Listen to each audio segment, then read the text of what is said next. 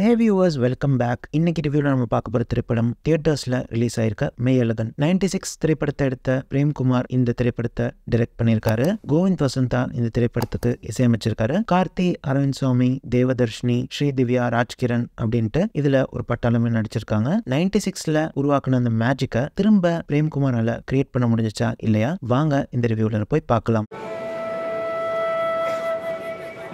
அருள்மொழிவர்மன் அவங்க அப்பாவோட நீடாமங்கலம் அப்படிங்கிற ஒரு ஊர்ல தஞ்சாவூர் பக்கத்துல வாழ்ந்து வராரு. இவங்களுக்கு ரொம்பவே நெருக்கமான வீடு அவங்கள விட்டு பறி போயிருது. இதுக்கு காரணம் என்ன அப்படின்னு பாத்தீங்கன்னா அவங்க குடும்ப தகராறு தான். சரி, அந்த ஊர்ல வாழ்ந்தா பழைய மாதிரி திரும்ப வாழ முடியாது அப்படின்ட்டு மூட்டை முடிச்செல்லாம் கட்டிட்டு இவங்க அந்த ஊரை விட்டு வெளியாகிறாங்க. இதற்கப்புறம் ஒரு 20-22 வருஷத்துக்கு இவங்க யாருமே அந்த ஊர் பக்கம் தலை காட்டவே இல்லை. இப்போ அருள்மொழிவர்மன் சென்னையில வாழ்ந்து வராரு. அவருக்கு ஒரு டாக்டரும் இருக்கு. ஹேமா அப்படிங்கிற மனைவியோட வாழ்ந்து வராரு. அவங்க அப்பா ஒரு டீச்சரா இருக்காரு. டியூஷன் எல்லாம் எடுத்து அவரும் அவரோட லைஃப ஓட்டிட்டு இருக்காரு. என்னதான் இவங்க லைஃப் சிட்டிக்கு வந்து ஓரளவுக்கு நல்லா இருந்தாலும் அந்த பாஸ்ட் இவங்கள ஒரு இறுகுன மனிதர்களாவே ஆக்கிறது. அருள்மொழிவர்மன் எவ்வளோ ஒரு நல்ல கைண்ட் ஹார்ட்டட் பர்சன் அப்படிங்கறத நமக்கு காமிக்க ட்ரை பண்றாங்க.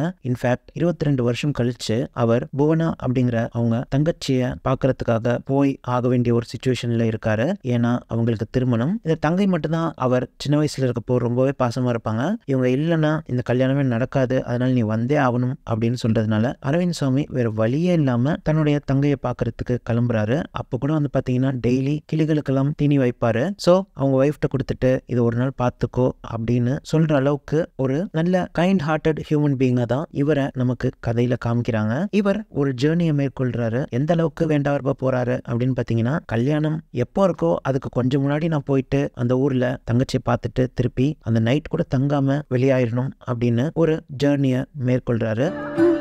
அந்த ஊருக்கு போறது பயப்படுறியாரோ?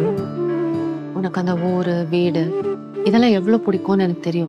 இவர் அங்க பாக்குற ஆட்கள், அவர்கள் இவருடைய பாஸ்ட் எல்லாம் ஞாபகப்படுத்தி பாக்குறது அப்படின்னு தான் கதை போகுது. இதுல மெயினா என்ன அப்படின்னு பாத்தீங்கன்னா, இந்த திருமணத்தப்போ இவர் சந்திக்கக்கூடிய ஒரு கேரக்டர். யாராச்சும் நம்மள வந்து பார்த்து என்னென்ன நல்லா இருக்கீங்களா, உங்களுக்கு என்ன தெரியுதா அப்படின்னு நிறைய பேர் நம்மளை கேட்டிருப்பாங்க. ஆனா முக்காவாசி நேரத்துல பாத்தீங்கன்னா அவங்கள நமக்கு தெரியாது. ஆனாலுமே ஒரு முகதாட்சணைக்காண்டி நல்லா இருக்கீங்களா அப்படின்ட்டு நம்மளும் திரும்ப அவங்களுக்கு தெரிஞ்ச மாதிரியே பேச ஆரம்பிப்போம். இது ஒரு சின்ன நாட் தான். இந்த நாட்டை வச்சுதான் பிரேம்குமார் இதுல பிளே பண்ணிருக்காரு.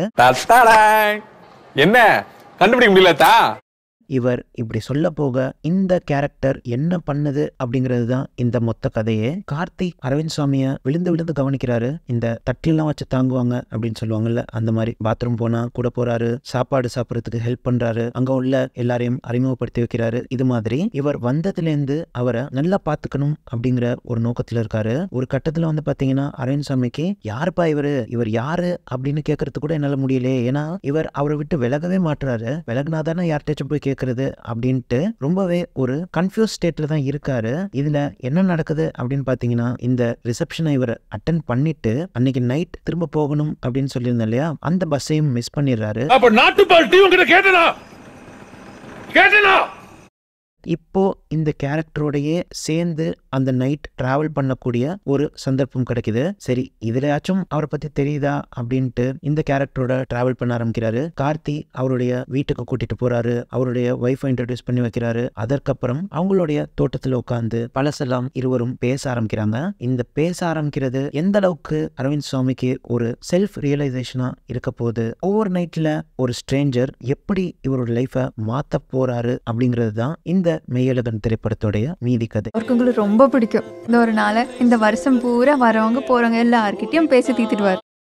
இந்த படத்துடைய சுவாரஸ்யமே இதோட பிளாட் தான். எப்படி 96 திரைப்படத்துல ரெண்டு லவ்வர்ஸ்க்கு இடையில உள்ள ஒரு கெமிஸ்ட்ரியா ஒர்க் அவுட் பண்ணாங்களோ, இத ஒரு ப்ரோமேன்ஸ் அப்படின்னு இங்கிலீஷ்ல சொல்லலாம். ரெண்டு ஆண்களுக்கான ஒரு திரைப்படம். ஓப்பன் ஹார்ட்டடா பேசுறாங்க, சிரிக்கிறாங்க, அவங்களுடைய வழிகளை சொல்றாங்க, அழுவுறாங்க. இந்த மாதிரி நிறைய விஷயங்களை த்ரூ அவுட் இந்த மூவி பார்க்க முடியுது. ஒரு டைலாக் ட்ரிவன் மூவி அப்படின்னு சொல்லலாம். ஒரு நல்ல கெமிஸ்ட்ரியை ரெண்டு பேரும் ஒர்க் அவுட் பண்ணி ஓவரால் ரெண்டு பேருமே ஸ்கோர் பண்ணிருக்காங்க. அரவிந்த் சுவாமி 100 வார்த்தை பேசினா ஒரு வார்த்தை பேச பேசக்கூடிய ஒரு நபர். கார்த்தி ரொம்பவே லேட்டா தான் இந்த திரைப்படத்துக்கு வராரு. ஆனா அவர் வந்ததுக்கு அப்புறம் அவருடைய குரல் மட்டும்தான் கேட்கும் அப்படிங்கிற அளவுக்கு படம் ஃபுல்லா பேசிக்கிட்டே இருக்காரு. அந்த மாதிரி தான் கதை மற்றும் கதாபாத்திரம் எழுதப்பட்டிருக்கு. அவருக்கு கொடுக்கப்பட்டிருக்க ரோல ரொம்பவே கச்சிதமா கார்த்தி பிளே பண்ணியிருக்காரு. அரவிந்த் சுவாமியும் இதற்கு இணையாக போட்டி போட்டு நடிச்சிருக்காரு அப்படின்னு சொல்லலாம். அவரு ஒரு ஹெல்பிங் டெண்டன்சி உடைய ஆளு அப்படின்ட்டு அவருக்குள்ளேயே ஒரு கர்வம் இருக்கும். அது அந்த திரைப்படத்துல கொஞ்சம் கொஞ்சமா ஷேட்டர் ஆகுறத நம்மளால பார்க்க முடியும். எப்படி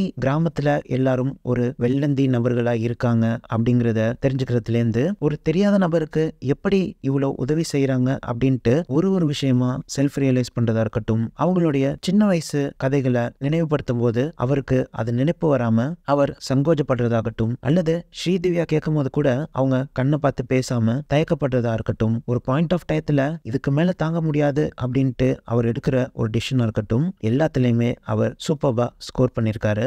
ரொம்பவே ஹார்ட் வார்மிங்கான ஃபர்ஸ்ட் ஹாஃப், கொஞ்சம் லேக் ஆகுற மாதிரி செகண்ட் ஹாஃப் அப்படிங்கிற மாதிரி தான் எனக்கு தோணுச்சு. ஃபர்ஸ்ட் ஹாஃப் உங்களுக்கு போறதே தெரியாது, ரொம்பவே ஒரு லைட் ஹார்ட்டட் டோன்லயே படத்தை கொண்டு போயிருப்பாங்க. செகண்ட் ஹாஃப்ல இவங்க பேசுற சில தீம்ஸ் கதைக்கு தேவைப்பட்டுச்சா இல்லையா அப்படின்னு கேட்டா எனக்கு சொல்ல தெரியல. ஆனா ரொம்பவே பவர்ஃபுல்லான மெசேஜஸை நமக்கு கொடுத்திருக்காங்க. தூத்துக்குடி ஸ்டெர்லைட் இஷ்யூவா இருக்கட்டும், ஜல்லிக்கட்டா இருக்கட்டும், நம்மளுடைய பாட புத்தகத்துல இருக்க சிலபஸா இருக்கட்டும் அப்படின்ட்டு நிறைய விஷயங்களை படம் கவர் பண்ணிருக்கு. 96 மற்றும் மெய்யழகனை பாக்குறப்போ பிரேம்குமாரோட டிரெக்ஷன் ஸ்டைல் நமக்கு தெரிய வருது. அவர் இந்த ஒரு நாள்ல நடக்கிற கதையை மாஸ்டர் பண்ணிருக்காரு அப்படின்னே சொல்லலாம். ஹியூமன் இமோஷன்ஸை வச்சும் அது கொண்டு வர ஃபீலிங்ஸையும் அழகா திரைக்கு கொண்டு வரதுல ஒரு PhD பண்ணிருக்காரு அப்படின்னு சொல்லலாம். என்னதான் படம் 3 hours ஓடினாலுமே கூட உங்களுக்கு எங்கேயுமே போர் அடிக்கிற மாதிரி தோணாது அப்படிங்கிறது தான் நான் பார்த்த வரைக்கும் நான் அப்சர்வ் பண்ணது. இதுல வர ஒவ்வொரு சின்ன கேரக்டர்ஸும் கூட அவங்களுக்கு கொடுக்கப்பட்டது ஒரு சீனா இருந்தாலும் நல்லாவே ஸ்கோர் பண்ணியிருப்பாங்க.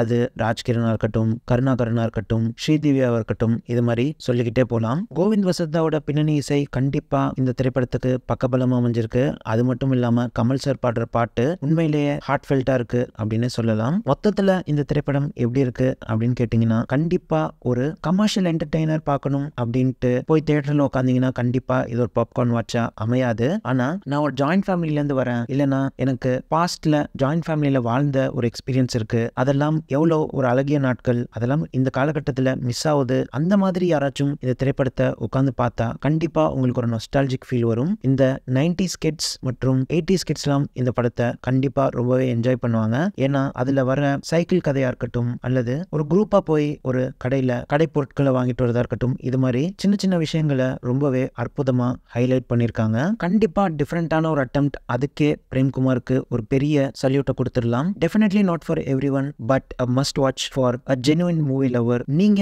இந்த திரைப்படத்தை பார்த்திருந்தீங்க அப்படின்னா உங்களுக்கு இந்த திரைப்படம் ஒர்க் ஆச்சா இல்லையா அப்படிங்கிறத கண்டிப்பா கீழே கமெண்ட் செக்ஷன்ல லீவ் பண்ண மறக்காதீங்க. ஏன்னா நான் எல்லா கமெண்ட்ஸையும் படிப்பேன். இந்த திரைப்படத்துக்கு நம்ம டக்கர் டிவி ஸ்கோர் என்ன அப்படின்னு பாத்தீங்கன்னா 4 out of 5 தருவேன். அடுத்தது நல்ல வீடியோல உங்களை வந்து சந்திக்கிறேன். அதுக்கு முன்னாடி நம்ம சேனலை சப்ஸ்கிரைப் பண்ணல அப்படின்னா கண்டிப்பா சப்ஸ்கிரைப் பண்ணிக்கோங்க. அது மட்டும் இல்லாம பக்கத்துல இருக்க பெல் ஐகானையும் பிரஸ் பண்ணி வைங்க.